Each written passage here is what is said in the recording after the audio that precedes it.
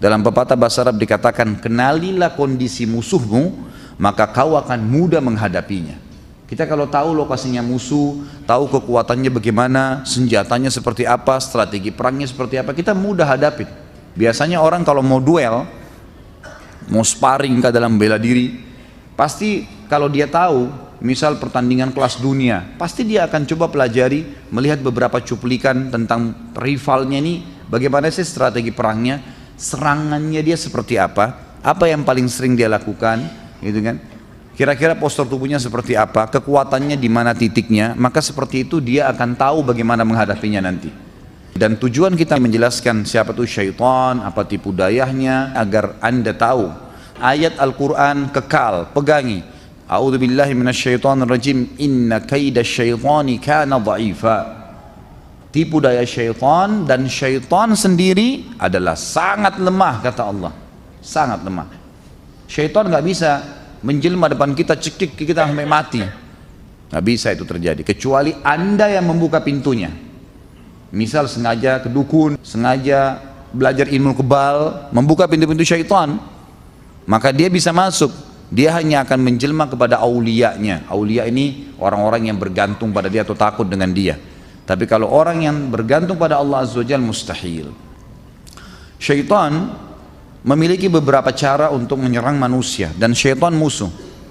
Ibaratnya kalau saya sama seseorang berhadapan musuh, saya pakai baju perang, saya pegang senjata, pedang dan perisai, dia juga begitu. Maka saya dalam perang harus mencari strategi untuk bisa mengalahkannya. Kalau saya diam, tidak nangkis serangannya, tidak berusaha menyerang dia, maka dialah yang akan menyerang saya. Apalagi kalau saya tidak membentengi diri, membuka diri, dan musuh pada saat mendapatkan ada celah di dada saya, di perut saya yang dia bisa serang, atau di leher saya, dia tidak akan cuil saja, tapi dia akan tebas supaya mati, dan akhirnya mati musuhnya. Begitulah syaitan dalam menghadapi kita. Dia berusaha membuat kita mati kalau perlu, tapi matinya tanda kutip adalah mati secara hati, ibadah, iman. Jadi sudah berbuat seperti apa yang dia inginkan, menjadi budaknya. Dia suruh berzina, dia suruh riba, dia suruh membunuh, dia suruh apa saja, maka dikerjakan dengan bisikan sedikit saja. Dikatakan tipu daya syaitan yang pertama adalah menanamkan was-was, ya, was-was. Jadi ini betul-betul senjata dia yang dia gunakan untuk menyesatkan manusia. Makanya Allah Subhanahu wa taala mengatakan di dalam Al-Qur'an, dalam surah An-Nas yang sudah kita hafal, ya, alladzi yuwaswisu fi sudurin nas. Jadi dia memang yang menanamkan, yang mengganggu di dalam hati manusia, ya, di dalam hati manusia. Jadi Allah Subhanahu wa taala mengingatkan kepada, dan waswas dirincikan oleh para ulama, yang dimaksud dengan waswas adalah seseorang selalu ragu dengan perbuatan baik yang dia kerjakan, sehingga dia ragu untuk meneruskannya, dan akhirnya dia malas mengerjakan, dan puncaknya meninggalkan ibadah tersebut dan membencinya.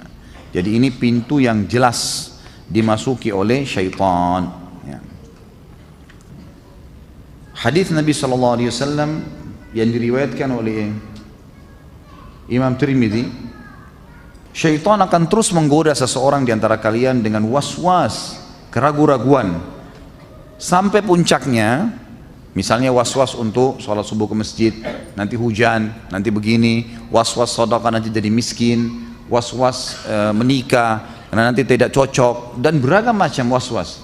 Yang jelas kalau antum ragu untuk mengerjakan satu perbuatan kebaikan, berarti dari syaitan. Harus dilawan, tidak boleh tidak. Lawan, itu bisikan dia. Sama dengan kalau ada musuh kita tawan, lalu dia mengatakan, hati-hati, kalau kamu maju ke depan pasukan saya banyak, hati-hati nanti begini, hati-hati nanti begitu. Orang kalau kesurupan syaitan lagi kemudian diruqyah, seringkali orang yang kesurupan itu mengatakan jin yang ngomong. Dia bilang, biar kau ruqyah saya, biar kau bacain ayat, di belakang saya banyak ada jutaan syaitan, jin. Itu cara dia, strategi dia, tidak usah gencar. Seorang muslim tidak perlu pengecut. Mau jutaan, mau seluruh miliaran syaitan yang menghadapi kita, kita sendiri bisa menang, ya, Allah SWT akan bersama dengan orang-orang yang beriman. Innallaha ma'al ladzina taqwa wal ladzina hum muhsinun. Allah akan bersama dengan orang yang bertakwa, patuh padanya, dan orang-orang yang berbuat kebaikan. Yang kedua, menebar ketakutan di tengah manusia. Syaitan senantiasa menakut-nakuti agar tidak mentaati Allah Subhanahu wa taala. Saat Anda hendak mengeluarkan harta di jalan Allah, maka ia menakut-nakuti dengan kefakiran dan mengancam Anda dengannya. Seperti Allah mengingatkan dalam Al-Baqarah membongkar kedok mereka ayat 268. A'udzu billahi minasyaitonir rajim. Asy-syaitanu ya'idukumul faqra wa ya'murukum bil fahsya. Syaitan menjanjikan dan menakut-nakuti kalian dengan kemiskinan dan menyuruh kalian berbuat kejahatan atau kikir. Ketika Anda hendak berjihad di jalan Allah, maka ia menakut-nakuti Anda dengan kematian, senjata yang panas dan perlawanan yang keras. Lalu disebutkan dalam Al-Imran ayat 175, A'udzu billahi minasyaitonir rajim, innama dzalikumusy syaitanu yukhawwifu awliya'ahu fala takhafum wa khafuni in kuntum mu'minin. Di kancah peperangan jihad, tetap syaitan mengganggu, kata Allah, sesungguhnya mereka itu tidak lain hanyalah syaitan yang menakut-nakuti kalian dengan kawan-kawannya, orang-orang kafir, seakan-akan syaitan membesar-besarkan mereka, gitu kan? Karena itu janganlah kalian takut kepada mereka, tapi takutlah kepada aku jika kalian benar-benar orang yang beriman. Ketika Anda hendak menyuruh yang ma'ruf dan mencegah dari yang mungkar, maka dia berdiri menakut-nakuti dengan akibat yang buruk. Misal, orang itu akan marah, nanti kamu akan dilecehkan dan beragam macam peringatan. Maka lawanlah dan tetapkanlah kebenaran itu. Atau dengan mengatakan kepada Anda, perhatikan diri Anda sendiri dan biarkan orang lain, karena mereka tidak akan memenuhi seruan Anda, dan seterusnya. Betapa banyak manusia yang dijatuhkan oleh syaitan dalam perangkap ini.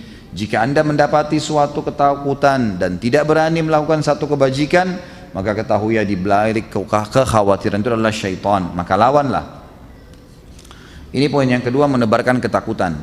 Termasuk juga masuk dalam ketakutannya adalah menakut-nakuti manusia dengan mengatakan adanya ruh gentayangan, adanya syaitan-syaitan yang akan ada di bawah jembatan, di jalanan, ya, di kegelapan, atau di sebuah tempat yang jarang didatangi oleh manusia.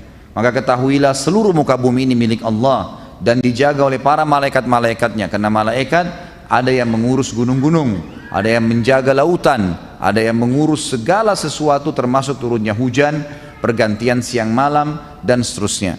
Maka mereka lah yang memenuhi hutan-hutan, mereka lah yang telah memenuhi langit, mereka lah yang telah mengurus seluruh makhluk-makhluk ini, termasuk para jin sendiri juga diawasi oleh para malaikat. Maka sadarilah poin tersebut, Anda tidak akan takut kecuali kepada Allah Subhanahu wa taala. Yang ketiga, mengadakan permusuhan di antara kaum muslimin. Di antaranya Allah berfirman surah Al-Maidah 91. A'udzu billahi minasyaitonir rajim. Innama yuridu syaitanu an yuqi'a bainakumul adawata wal baghdha. Al-ayah. Sesungguhnya syaitan itu berkehendak ingin menimbulkan permusuhan dan kebencian di antara kalian. Kata ulama tafsir, antara suami istri, antara anak dengan orang tua, orang tua dengan anak, antara teman dengan teman, antara tetangga dengan tetangga, semuanya dimunculkan permusuhan oleh syaitan. Apapun yang bisa memunculkan permusuhan, maka akan ditunggangi oleh syaitan, sekecil apapun sampai sebesar apapun. Dan setiap permusuhan sudah tertanam di hati manusia, maka syaitan akan terus memanas-manasinya sehingga dia terus berusaha untuk mengingatnya, dan ujung-ujungnya ada membalas dendam dan terjadilah pertumpahan darah. Nabi SAW bersabda dalam hadis riwayat Muslim, sesungguhnya syaitan telah putus asa untuk disembah oleh orang-orang yang sholat. Kalau orang sudah sholat saja, jaga 5 waktu sholat, sudah mustahil sembah syaitan.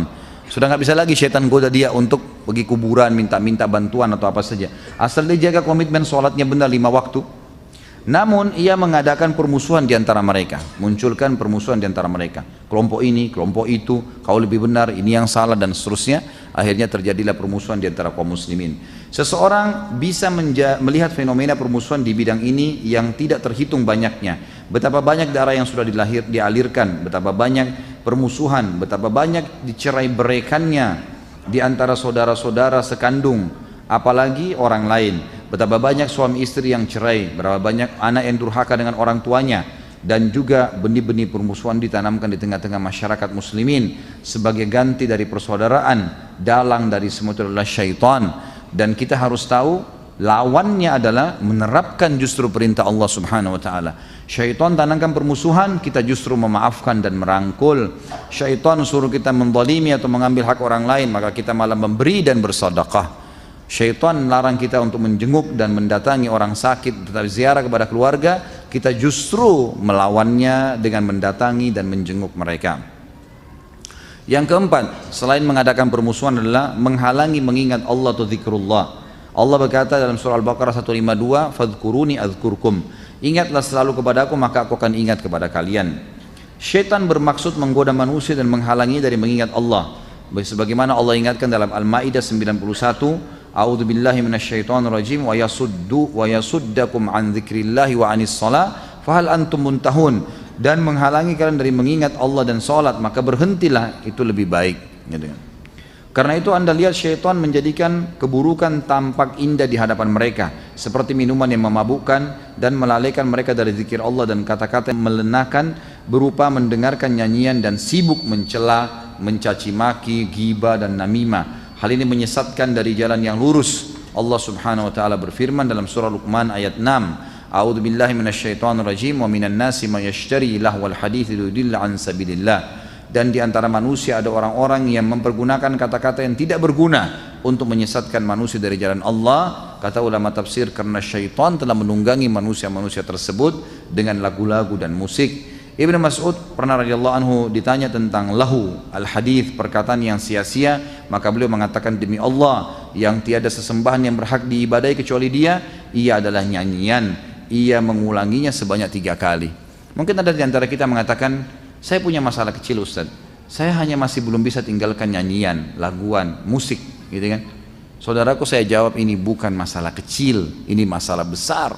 Karena dalam hadis Bukhari dikatakan, musik adalah anak-anak panah beracunnya syaitan. Nggak bisa ketemu antara musik dengan Al-Quran, mustahil. Kata beliau, karena itu hati-hatilah saudaraku sesama muslim, jangan sampai syaitan melalaikan anda dengan perkataan yang sia-sia dari mengingat Allah. Ketahuilah perbedaan antara orang yang mengingat Allah dengan orang yang tidak mengingatnya adalah seperti perbedaan antara orang hidup dan orang mati. Sebagaimana Allah mengatakan dalam surah Al-Kahfi ayat 24, "Wadhkur rabbaka idza nasid." Dan ingatlah selalu Tuhanmu pada saat kamu lupa. Kata ulama tafsir, agar syaitan tidak ada celah untuk datang kepadamu. Ini adalah sebagian bentuk serangan syaitan kepada anda wahai manusia, gitu ya. Maka hati-hatilah.